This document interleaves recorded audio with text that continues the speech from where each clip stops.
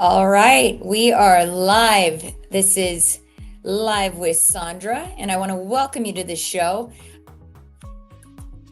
Today on Live with Sandra, and I'm your host, Sandra Shannon, CEO of Gatemaster Technology. And today on the show, we're going to be talking about guaranteeing good times and building trust and satisfaction in water parks and theme parks.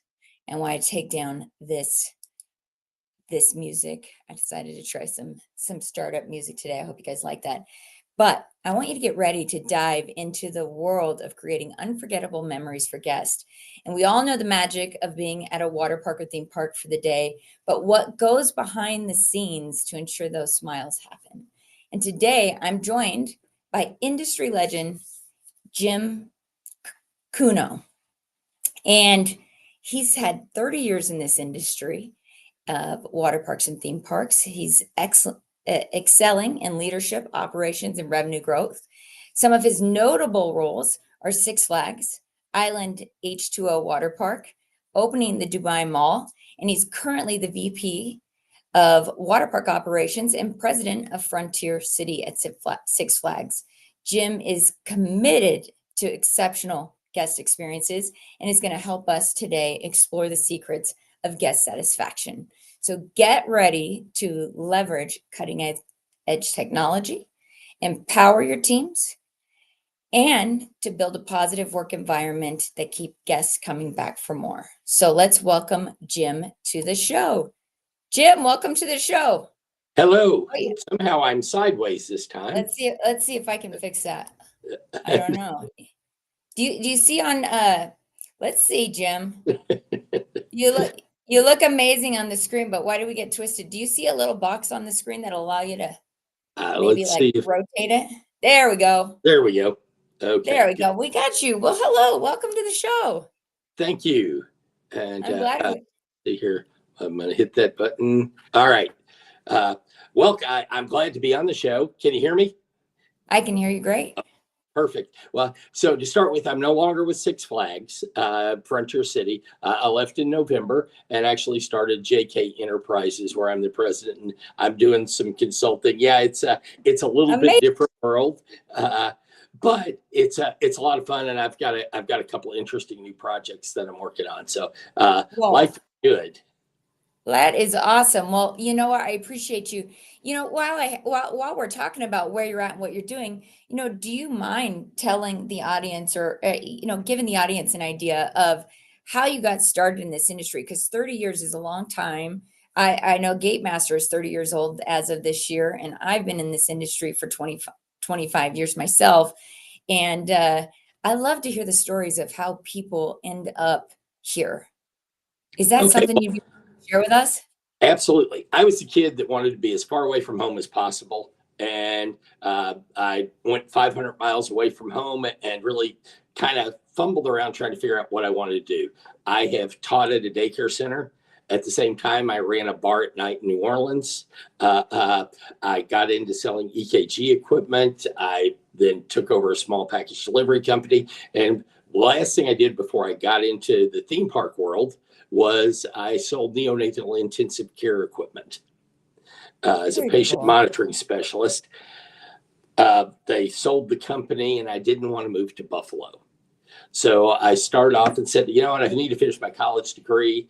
And at the same time, you're really broke when you're used to having a great income. So I started working in cash control at night at Kentucky Kingdom for Ed Hart. And it turned into a career. They invited me back in to run the sales department. In 3 months, I was running 5 departments, and it was run and gun because we were the fastest growing amusement park in North America in the 90s.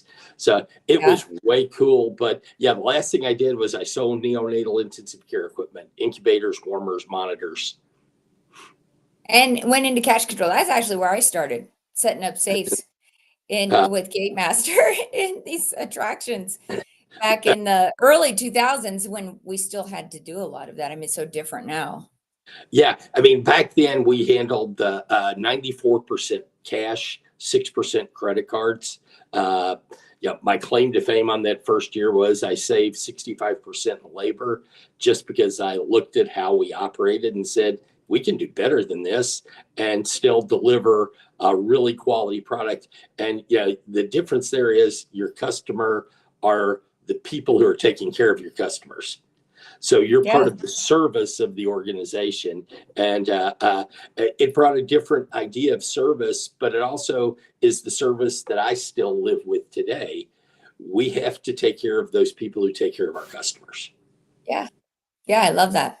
I love that. And it's so true. And you have to empower them. And I think that's the part that we're going to talk about today, where we are building those positive work environments that are supporting what's happening with those people that are taking care of the guests. And I feel like that's part of what our role is as well, or what we've been able to help do. Now, I have to tell a personal story. I hope you don't mind me telling a story. Because I think it was last year, maybe at WWA, you came up to me at one of the events and you told me something along the lines of, I was doing a great job and to keep going.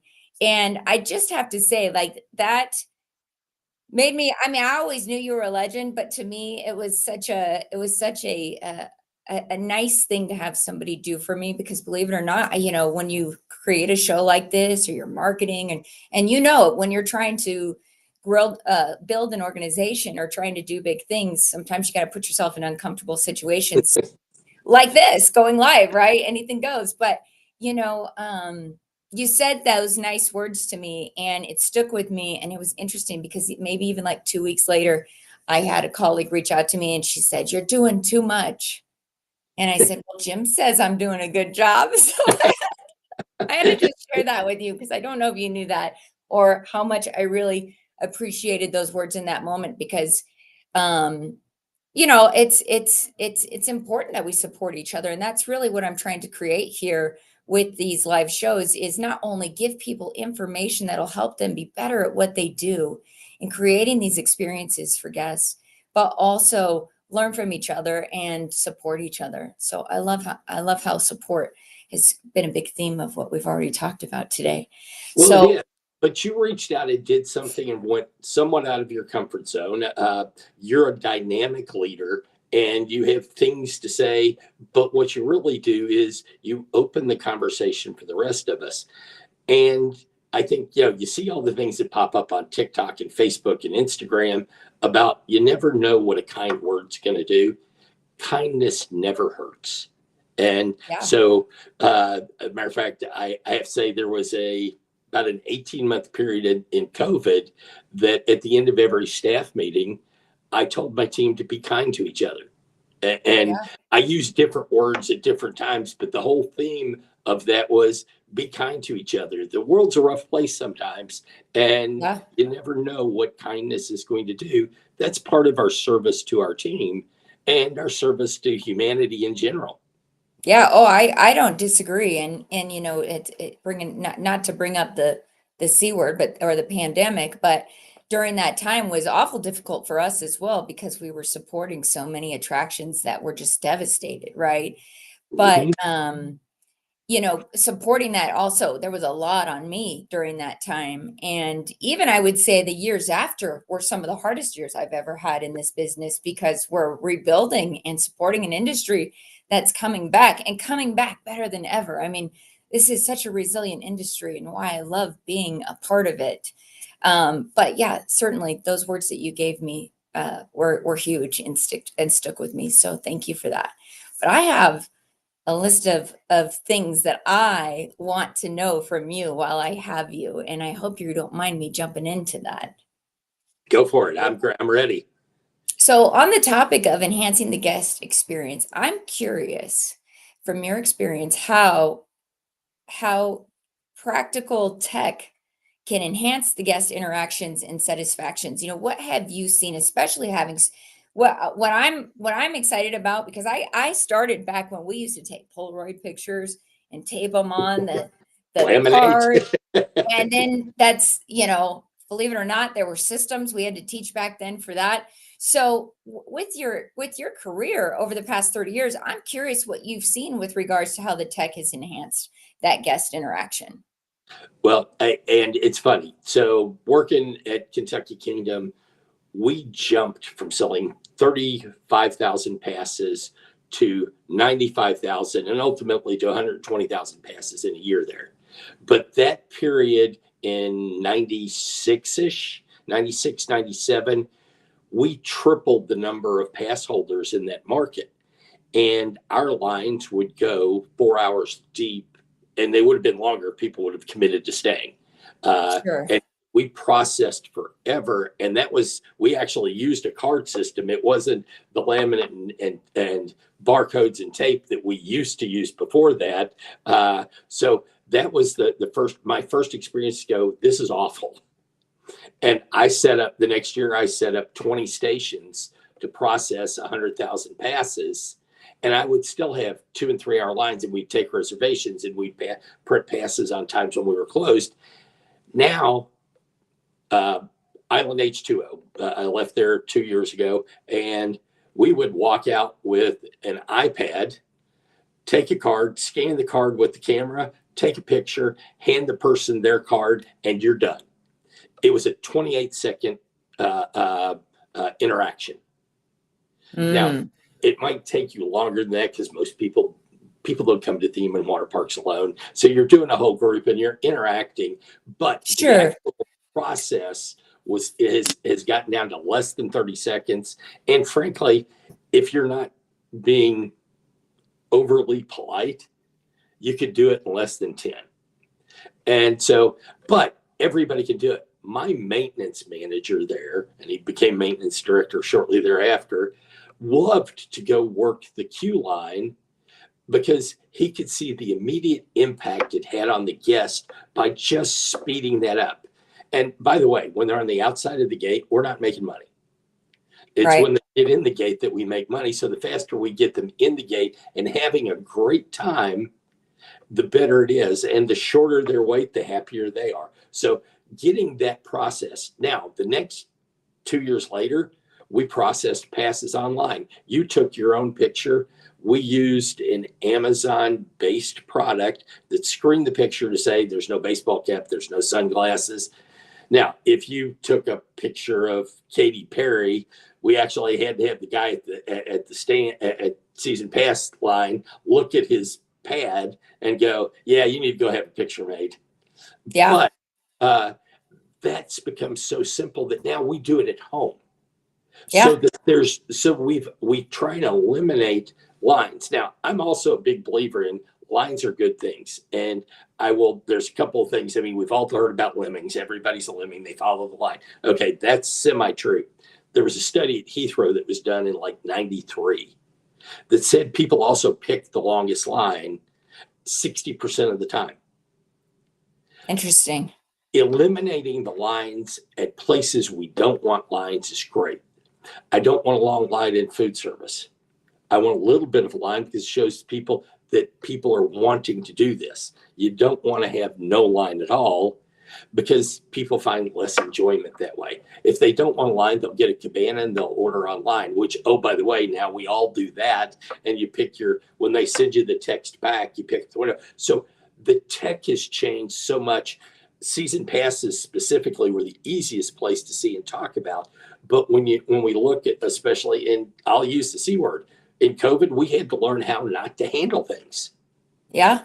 So we found mechanisms that enhanced and sped up our ability. Now, I'll have to say, we got overwhelmed that it was faster to actually walk to my window than it was to order online till we learned how to shut the order system off as we were going. And that was critical to making it a better product.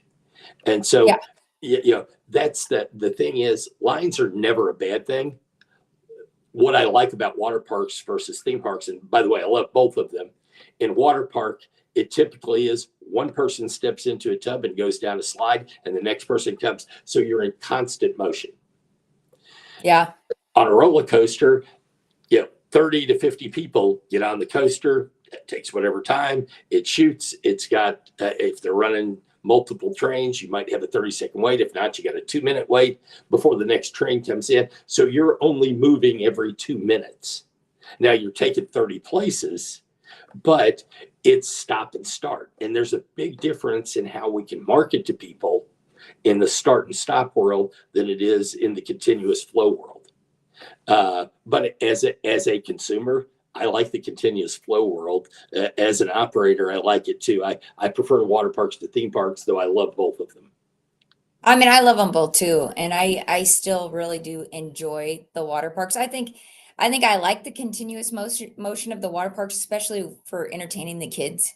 It Yep. makes it, I mean, I've got 3 kids, family of 5, so we visit water parks. I mean, one, it's my business, so I'm visiting them all the time, especially the ones that we work with, but also, visiting them for it's become part of who we are. And what I found to be really interesting is just kind of talking about the differences in lines, the continuous motion. That's one of the things that I found with mobile ordering in particular is while I might be sitting, I mean, I'm kind of a cabana mom. I could sit in the cabana and just watch them all day and eat and drink all the good eat all the good food that I love. I mean, I don't know if it's good or bad to admit how much I love, our food that we get at attractions because you can only get it there, right? Right. And I know I can't eat it every day, but it's one of those things I like. I like that we make that part of the experience for the guests that are coming. But what I found with mobile ordering is, it is nice for those moments where you are taking a stop and being able to do that and then have it ready for you. And so I think there's got to be something for everyone, to be honest, right? At Hmm. the end of the day, what we really need to create is options for everybody. I don't see lines going away ever. No. I don't see people not going to order the order window. They might have questions. But one interesting thing, and I'm curious what you think, is what we see sometimes in the data here at Gatemaster is um, they tend to spend more on the mobile ordering because, and I think I'm still like in the process of, and we're still in the process of analyzing the data because we've only had a few years of data to work with because really water parks did not adopt this tech probably until the pandemic where the mobile ordering. But what I wonder it's if because they can spend more time with the menu. And that's just my own experience. I think that might be leaning to that, but they're spending more time with the menu and maybe don't feel as rushed because sometimes when you're in those lines, you got hangry kids and other people's hangry kids. Yeah. Yeah, you forget. I can't tell you how many times I forgot to order something. Well, and it's funny you say that. Way back, I love cabanas. I like to have tiered cabanas with different level of service for the bigger parks, not for the smaller parks. Sure. I've got in my head, I've got a 5-tier plan that one day I want to sell corporate sponsorships into cabanas, just like they sell corporate suites. I think that's someplace that we're going, and I want to do that. Cabana people spend more per person. The per capita is higher in the cabanas than it is from a guest outside the cabanas. Even when you strip out the cabana fee, that's actually normal. What we saw when certain parks switched to cashless systems, they saw a 2 to 6% increase in revenue. And I'm sure you have statistics. I'm trying to talk generally, not about anyone in particular. Sure. But that increase in spend came because you're using monopoly money, just like they do at Yeah. casinos, right? You don't think about it. And I think the final part to the bigger spend on mobile ordering is that when you're in the line, you're rushed and you don't want to go back to the line. But if you mobile order, you'll order that specialty dessert type product that you wouldn't do if you had to go stand in another line. Now, I also say that, if you've got Dippin' Dots or mini melts, the line at the end of the day is long because people are going to get that special treat as they walk out the door. But Yeah. mobile ordering actually makes those things simpler to do, and it's painless, and you don't have to go wait in the line again. So I think that there's 3 factors that I see that have increased revenue One is Cabanas all by themselves. Two is a cashless system. And three is you get to pick when you're ordering and not be reliant on how long the line was. Yeah, convenience.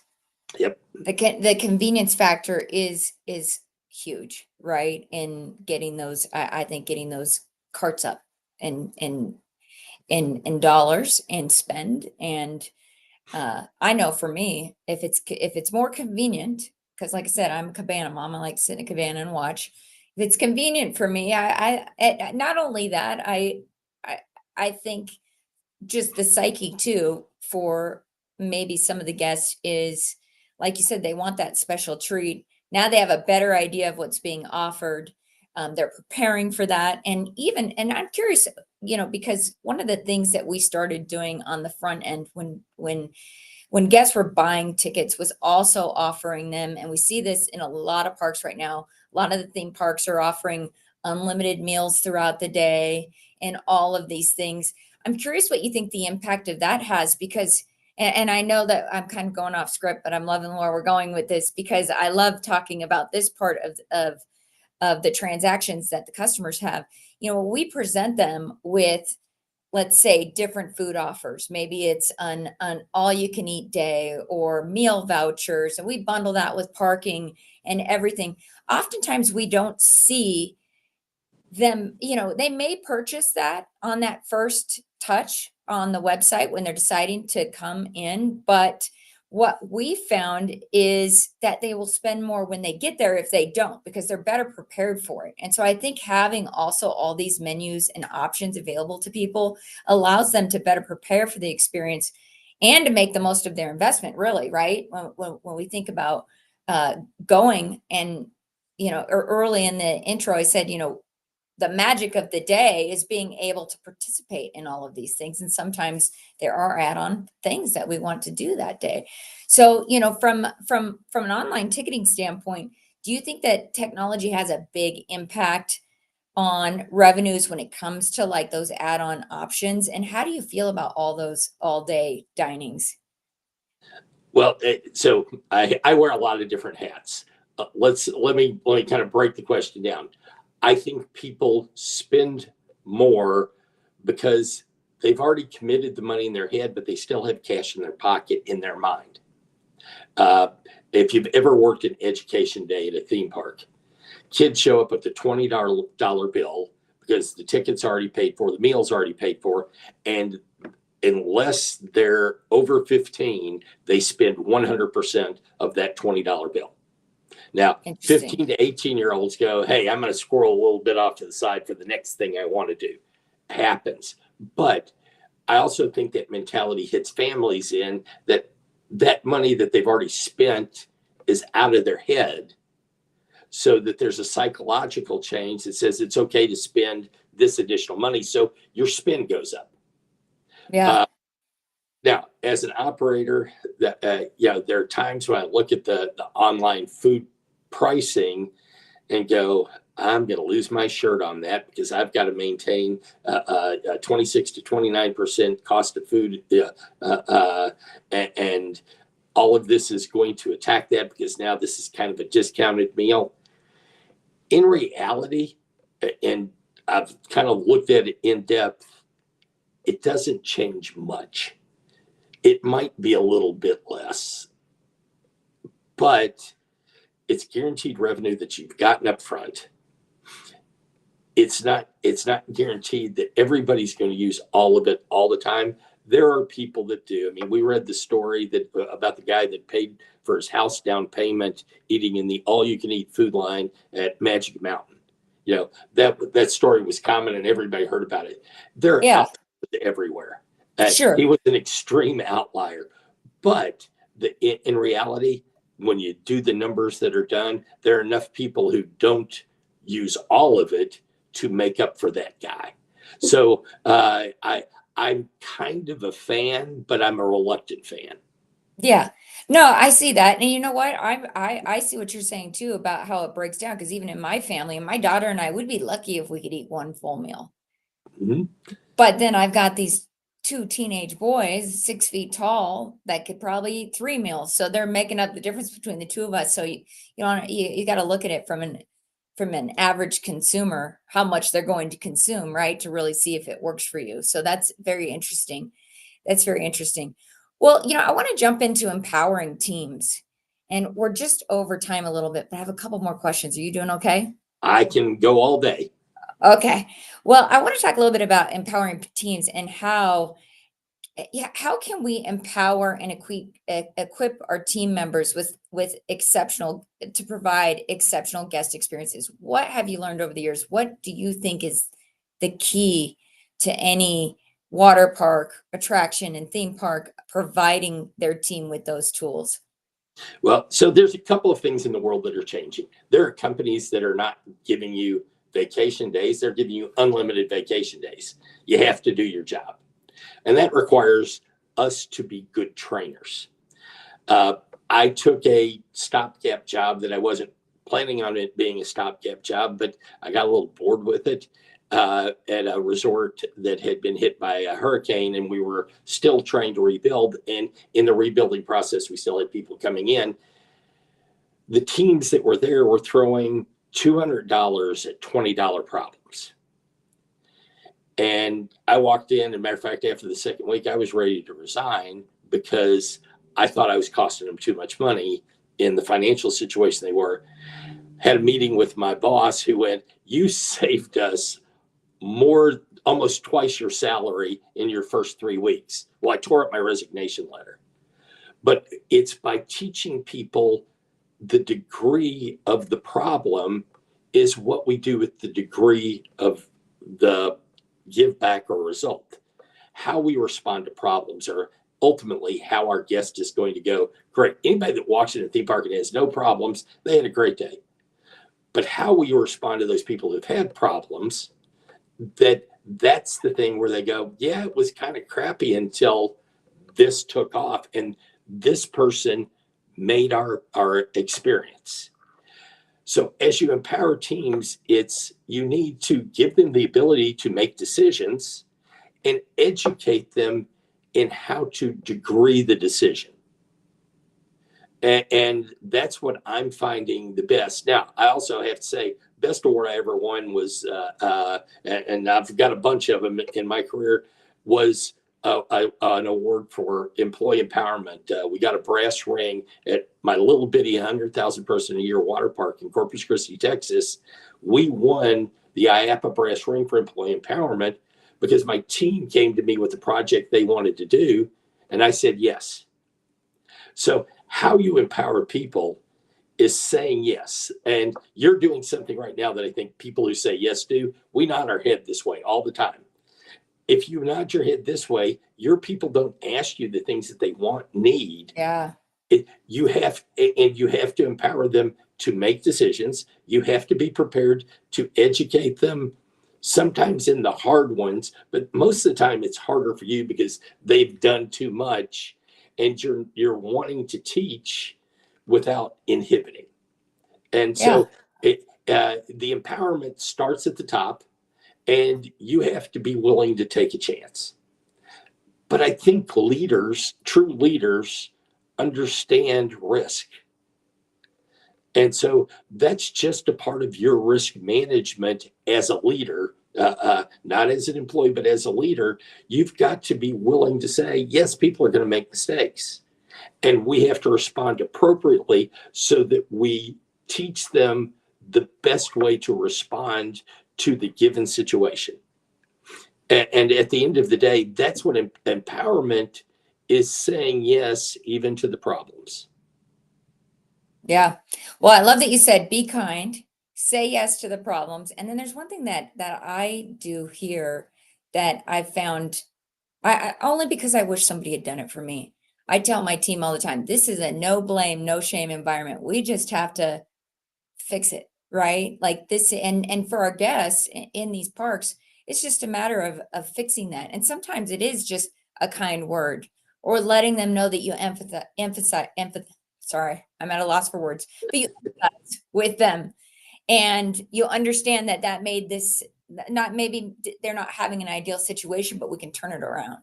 Yeah. because I think that we can turn everything around in minutes. And I can tell you're very passionate about teams. I'm wondering if you wouldn't mind sharing maybe a few more positive and collaborative work environment strategies for us, because you've already given us a couple, but I know this is a big challenge for a lot of the parks we work with. Well, so one of the things way back when I went to Six Flags Corporate as the director of entertainment and marketing, uh, uh, and I was given a team that had never been actually given a chance to be a team. I found that having my senior employee have a 5 minute conversation with my junior employee. These were all promotion managers, but it works across the board. Senior employee, 5 minute conversation with junior employee that the senior employee initiates. The junior employee then's job is to initiate with the second senior employee a 5 minute conversation. And in a matter of you make those two sessions a weekly or bi-weekly thing. They have to come back. I don't care what they talk about. I want them to talk to each other. And I want them to be comfortable with knowing who to go to. And sometimes those junior members actually have ideas because they haven't been constrained to think differently, that the senior members go, I can run with that and I can actually enhance that. So having a conversation between junior and senior team members, and we like to call them mentoring programs. I love mentoring programs, but this is more generic than that. It's to get them in the conversation that says, you can talk to anybody here.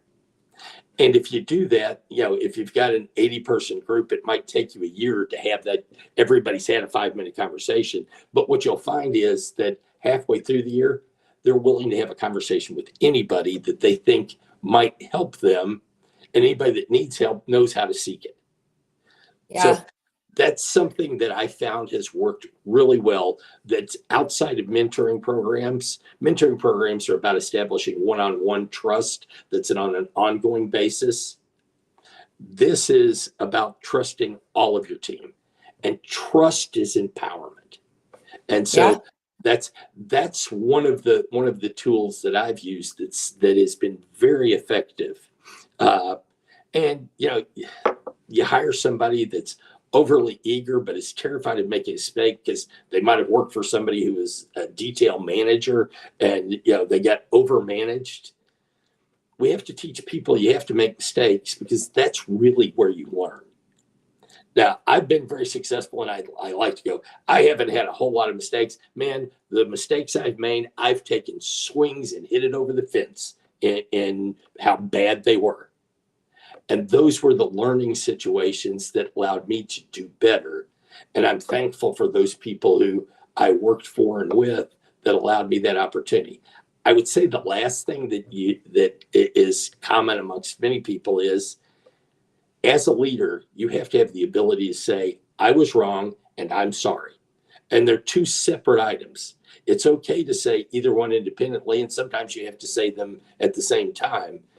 But when you do that, people's comfort level for making mistakes and being re-educated, because I get re-educated when I have to do that, absolutely explodes.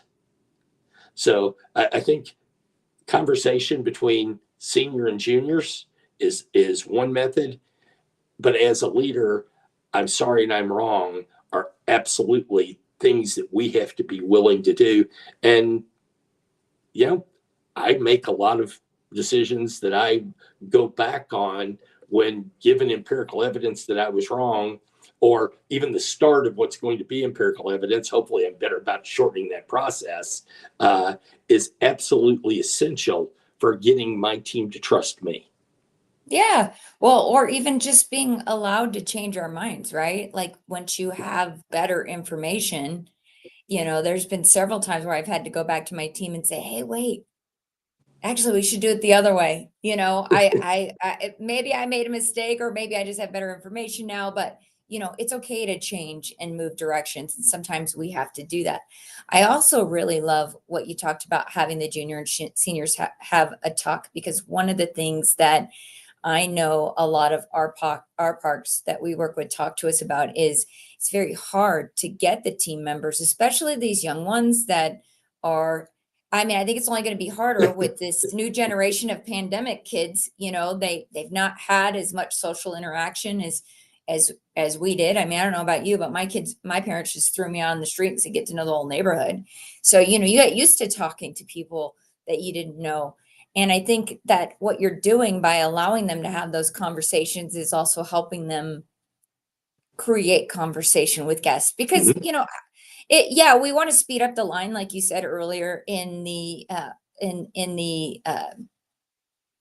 season pass processing, for example. But one of the things that, you know, I really love about this industry is when you do go somewhere, you know, the person behind the counter has a conversation with you that just sets you up for an amazing magical day, right? So, you know, we want to speed the lines up, but you can't take away that piece, right? And and I think that's where um, you know, some of the last question that I have, because I didn't want to miss this, but you know, we hear a lot about social impact that we can have, and I'm curious because I know you believe in service within hospitality, but you know, what are some of the ways uh, that these water parks and attractions are contributing to their communities? What have you seen over the years, and what do you think can happen beyond that that we're just at maybe even scratch the surface of? So you take a group of like Six Flags. Six Flags has a day six that is typically in November, and every park in the chain does it a little bit differently. But they pick a project and they go work for a day on a project, whether that's a cleanup. And then we're not talking the 1 or 2 hour on the side of the road. We're talking an all day project, whether it's working for Habitat for Humanity. Each property picks its own, and they stand up, and as a group they go do it. Well, it initiates camaraderie, but it is great for your local whatever that area that you're going into. So that's one thing. At when I my empowerment brass ring, I had three supervisors go, Jim, we want to do service hours together, both college students and high school students, because we all need them, and we want to do it together under the Hurricane Alley. And I said, okay, write a business plan. Let's make this official. I wound up hiring the head supervisor, who's now mid-level manager for Amazon, making more money than I make. But what they did was they picked a project every week, and once a month. We would do it when we were open. We did it once a month, and we did it every other month when we were closed. It kept my teams together, which seasonal teams are always hard to keep together. And we did this. I provided a T-shirt, and I said yes or no to the project. They brought me one project that was clean up a highway that I thought, I don't want to be liable for my team being out there. But the food bank, the Habitat for Humanity house, a beach cleanup where there's no traffic, those things we did on a regular basis. But I also think that we let our teams decide that. Now, if you ask me, I always do something that's child centric. And so that's just because I think that's our better path to a better world. But it's not me who's dealing in the service organizations, it's my team. So you've got to listen to them. You might throw your slant in on Yeah. it, but I'm one voice amongst many. And on some of those things, the majority ought to rule, and we should do the things that we believe in. So I'm looking at it's funny because I sort of went through a bunch of different industries during the pandemic. Give Kids the World Village closed, and they put together a program where they did Night of a Million Lights. Well, it was Weeks of a Million Lights, but volunteers came in, and hospitality corporations led the way of picking houses to put lights on and set decorations up. Now, Home Depot and Lowe's all got involved. Hotel hospitality groups. It was an internal thing, but they all picked that spot to make sure Give Kids the World existed at the end of the pandemic. Yeah. Look at Disney, Amazing. Make a Wish. We can make comparisons in almost every phase, and every company has its little bit different focus. But I think we give back. And I think we give back in multiple ways, both as service organizations and as trainers of the next generation of management. And hopefully the next generation does better than we did. Yeah.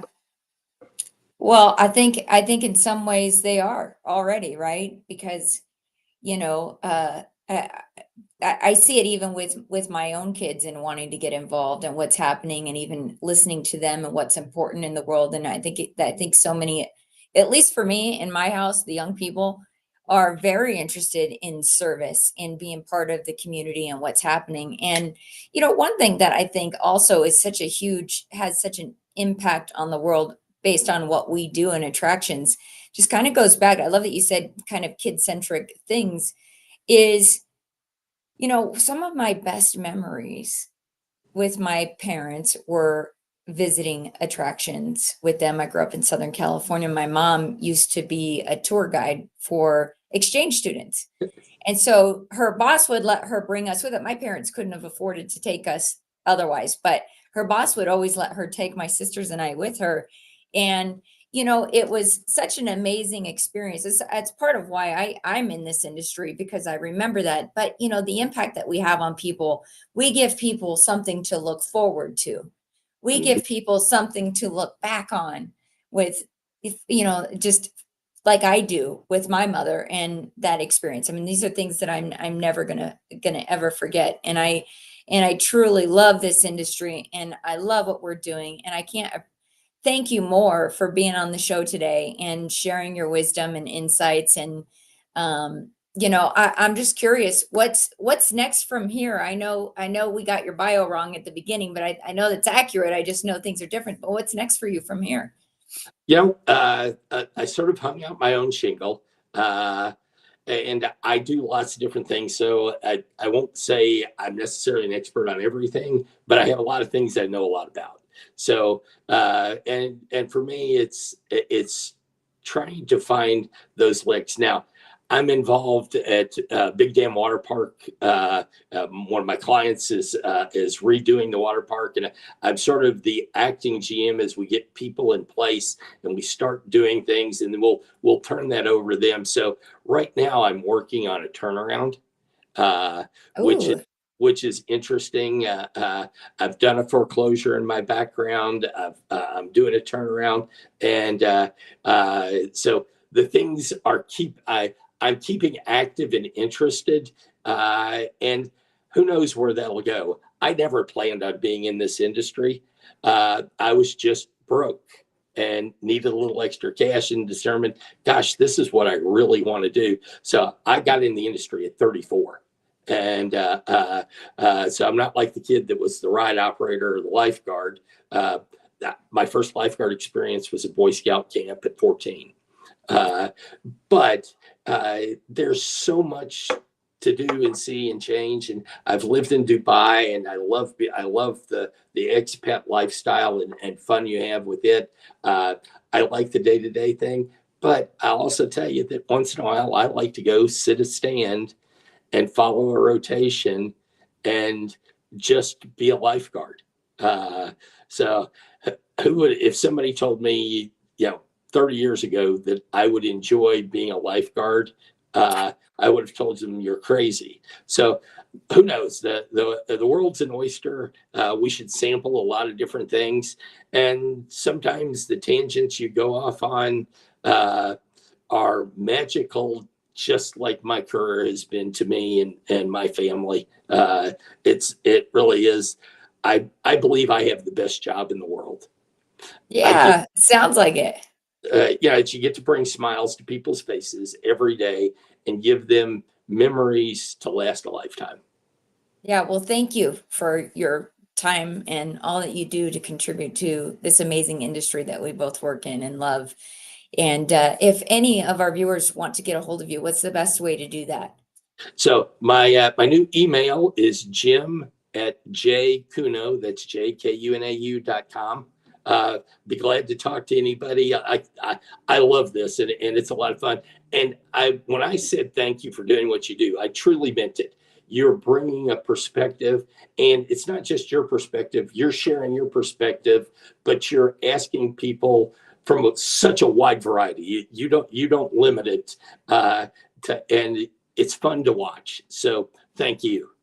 Well, thank you. I like I said, I so appreciate you and those kind words, and thank you for being a guest today. And um, I just want to let our audience know that if they have something to share like you do with this industry that can help them. Our mission at Gatemaster is to help attractions massively succeed, which is a huge, audacious goal. I mean, to help them all massively succeed.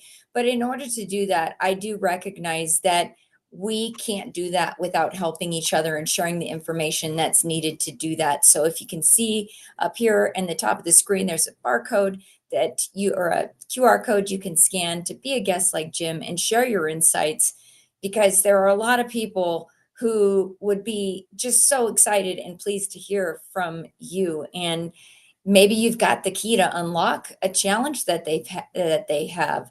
So I want to invite you to join me here on this show. And again, thank you, Jim, for your time today. It's been a pleasure, and hope to see you at one of these events here soon. Thanks for being here.